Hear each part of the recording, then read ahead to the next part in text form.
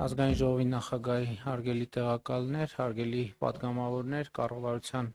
հարգելի անդամներ, հարգելի ներկաներ, սկսում ենք 2026 թվականի Հայաստանի Հանրապետության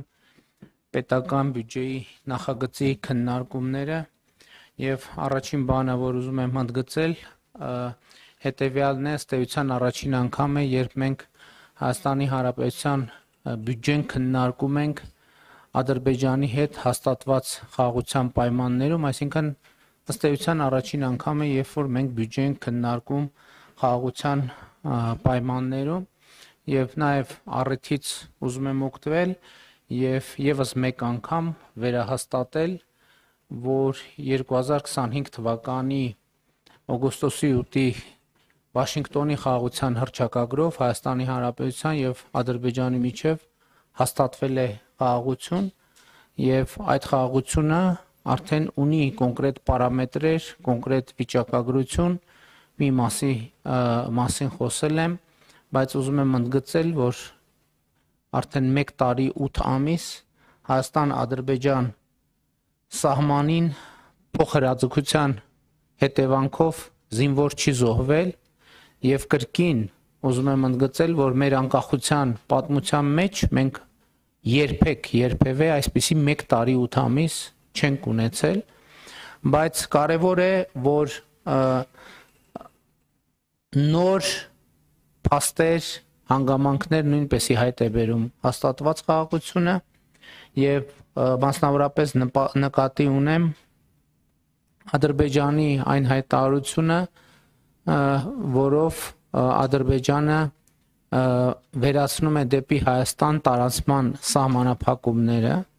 սա ըստ էության պատմական իրադարձություն է եւ նշանակում է Հայաստանի Հանրապետության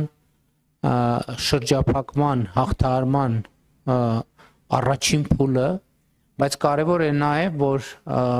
Հայաստանն էլ արձագանքող լինի այդ հայտարարություններին եւ նաեւ համապատասխան քայլեր անի եւ այս պահին դրան մեր արձագանքը հետեւյալն է, որ հենց այսօրվանից մենք պատրաստ ենք ապահովել բեռնատար ավտոմեքենաների տարանցումը Թուրքիայից դեպի Ադրբեջան եւ Ադրբեջանից դեպի Թուրքիա, մասնավորապես Մարգարա, Եղեգնաձոր, Սիսիան, Գորիս երթուղիով, այսինքն ես սա ինչի համար եմ ընդգծում, որովհետեւ սա այս պահին միակ տարբերակն է, որը մենք հենց այսօր կարող ենք իրականացնել, այսինքն եթե ենթադրենք,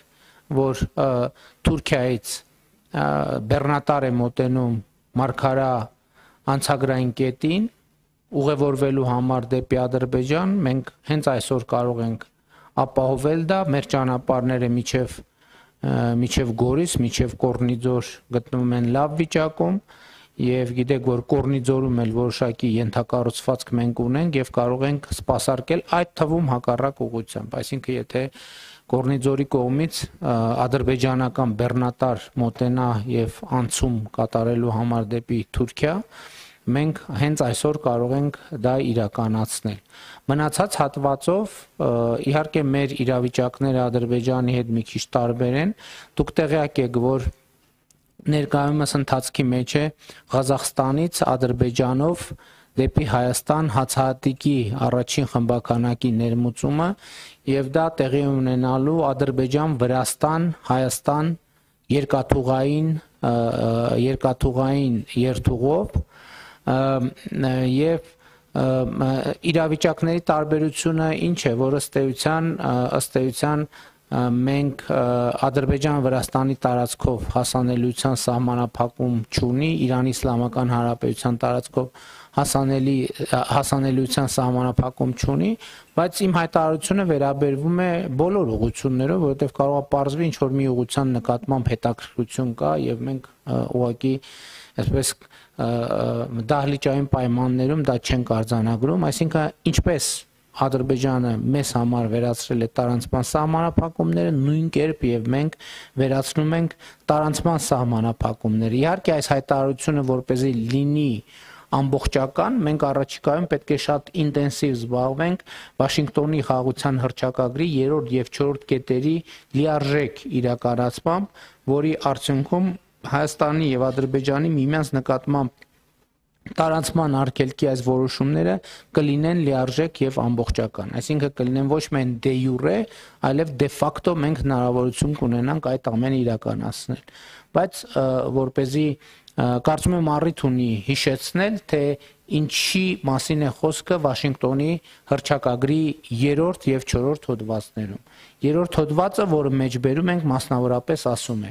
մենք վերահաստատեցինք ներպետական երկկողմ եւ միջպետական փոխադրումների համար երկու երկրների, այսինքն Հայաստանի եւ Ադրբեջանի միջև հաղորդակցությունների բացման կարեւորությունը հիմնված պետությունների ինքնիշխանության, տարածքային ամբողջականության եւ իրավազորության հարգման վրա տարածաշրջանում ու նրա հարևանությամբ խաղաղությունը, կայունությունն ու բարգավաճումը խթանելու նպատակով։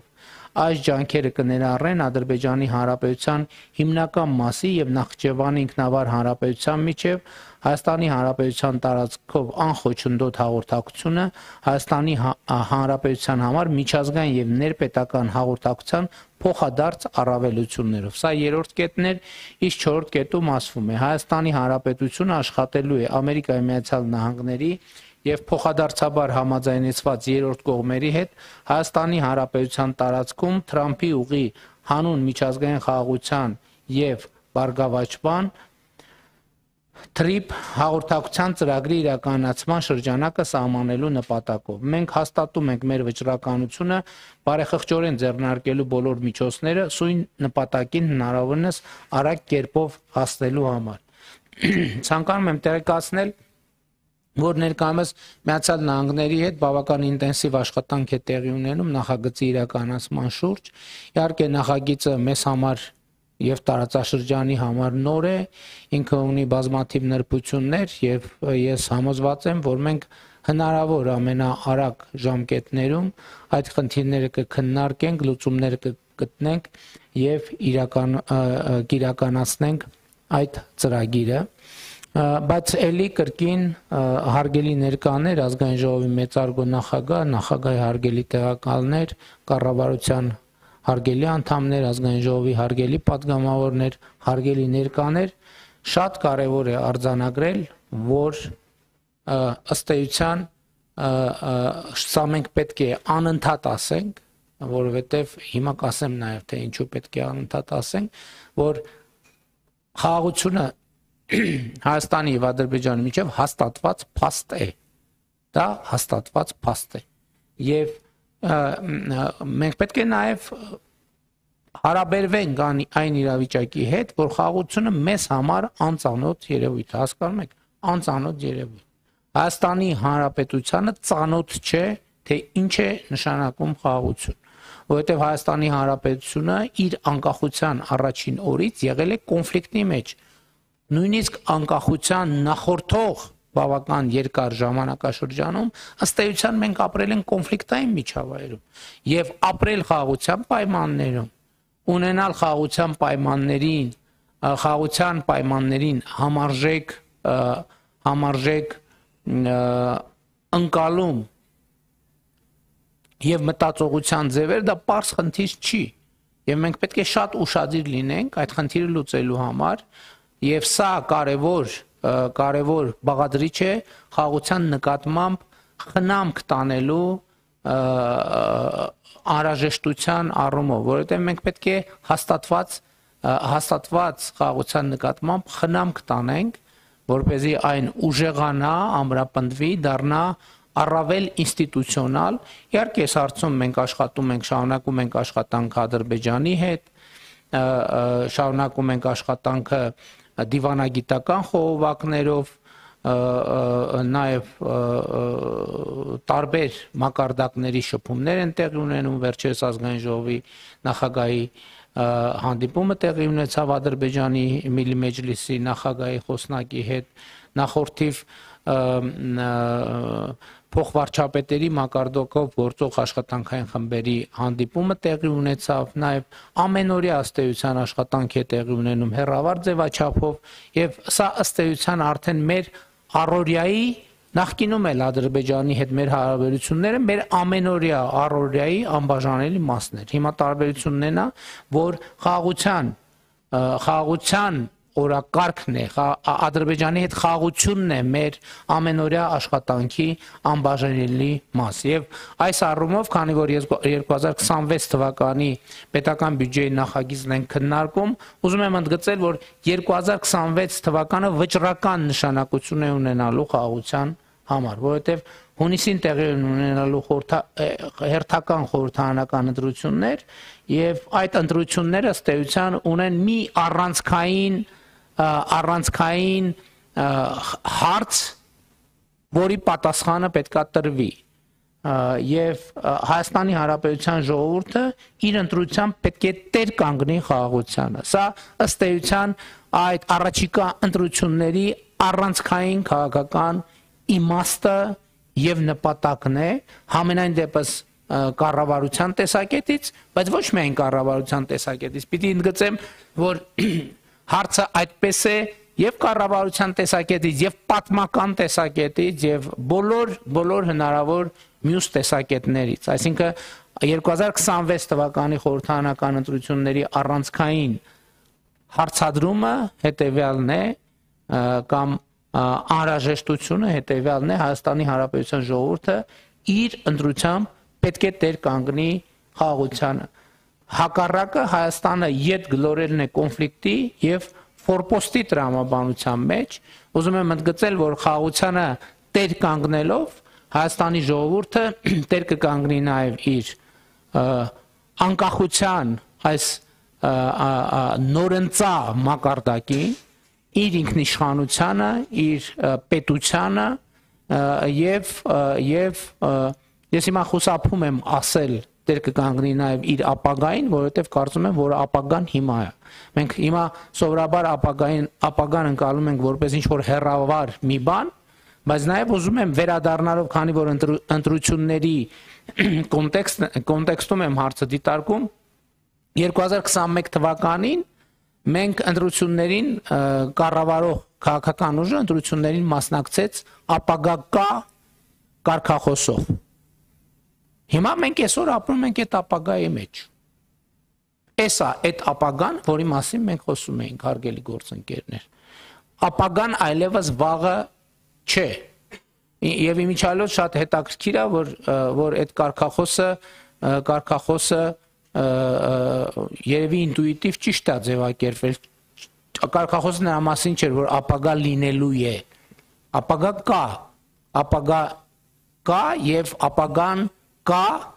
այն ժամանակ ինչ որ իմաստով սպասվող այսօր ներկա, այսինքն ապագան այսօր է եւ շատ կարեւոր եմ համարում, որ մենք ապագայի հետ կապված մեր ընկալումները փոխենք, որ եւ հասկանանք, որ ապագան այլևս հեռավոր որոշակի կասկածելի երևույթ չի։ Ապագան մեր այսօրվա ամենօրյա կյանքն է, որովհետեւ 5 րոպե առաջ սա արդեն ապագա էր, ինչ որ հիմա կամ կես ժամ առաջ։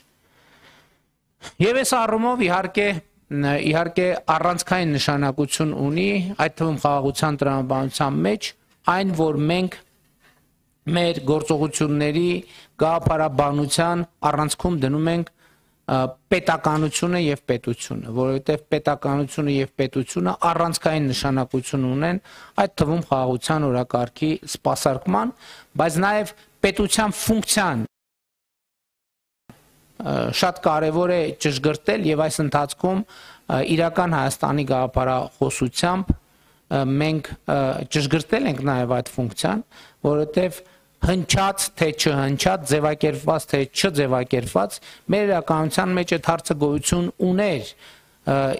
Ի վերջո ինչի համար է պետությունը, ինչի համար է Հայաստանի Հանրապետությունը։ Նախորդող շրջանում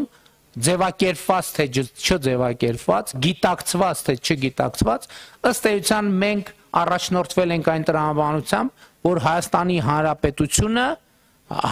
Հանրապետությունը հենման կետ է բնույթով այլ պետություն ունենալու համար։ Իրական Հայաստանի գաղափարախոսությունը ասում է, որ Հայաստանի Հանրապետությունը ըստ էության իր միջազգայինորեն ճանաչված տարածքով ինքնաբավ է այդ առումով եւ նրա խնդիրը սեփական քաղաքացիների անվտանգությունը, բարեկեցությունը եւ երջանկությունը ապահովելն է։ Եվ մեր բոլոր ռազմավարությունները ներառյալ անվտանգային, պաշտպանական եւ այլն տեղավորվում են այս տրամաբանության մեջ։ Սա շատ կարևոր նրբություն է եւ մենք օրինակ այդ թվում իհարկե նախկինում դրա մասին խոսել ենք, ասել ենք նաեւ, որ այո, մենք այսօր շատ մեծ տեմպերով զարգացնում ենք մեր բանակը եւ բայց նաեւ զարգացնում ենք մեր բանակի հայեցակարգը, որի վրա հիմնվում է մեր բանակը։ Եվ մենք ասում ենք, որ մեր բանակը Հայաստանի Հանրապետության միջազգայինորեն ճանաչված ինքնիշխան տարածքից դուրս խնդիր չունի լուծելու։ Եվ մենք նույնիսկ շատ կարևոր ենք համարում, որ մեր ամենօրյա աշխատանքային խոսակցության մեջ մարտունակ բանակ հասկացությունը վերափոխենք եւ վերաձևակերպենք պաշտպանունակ բանակ, որովհետեւ երբ որ ասում եմ մարտունակ բանակ, ինքը չի տեղորոշում այդ պոտենցիալ մարտը որտեղ է տեղի ունենում կամ որտեղ կարող է տեղի ունենալ։ Մեզ համար շատ կարևոր է, որ մենք ընդգծենք այս կոնտեքստը, որ Հայաստանի Հանրապետության բանակը պետք է լինի պաշտպանունակ, այսինքն պետք է վիճակի լինի պաշտպանել Հայաստանի Հանրապետության տարածքային ամբողջականությունը, ինքնիշխանությունը, Հայաստանի Հանրապետության քաղաքացիների անվտանգությունը եւ ընդ որում ես ուզում եմ ընդգծել, որ սա միջազգային օրենքներով յուրաքանչյուր պետության պարտավորությունն է ապահովել սեփական քաղաքացիների անվտանգությունը, այդ թվում հնարավոր արտաքին միջամտություններից։ Եվ իհարկե բոլոր այս հարցերի վերաբերյալ մենք հիմա կարող ենք տարբեր հայեցակարգային հարցեր քննարկել պաշտպանության ոլորտի, կրթության ոլորտի, ցանկացած ոլորտի։ Շատ կարևոր է գնահատելով պետական բյուջե հասկացությունը արձանագրել, որ բացարձակապես ինչի մասին մենք խոսում ենք մեր հանրային օրակարգի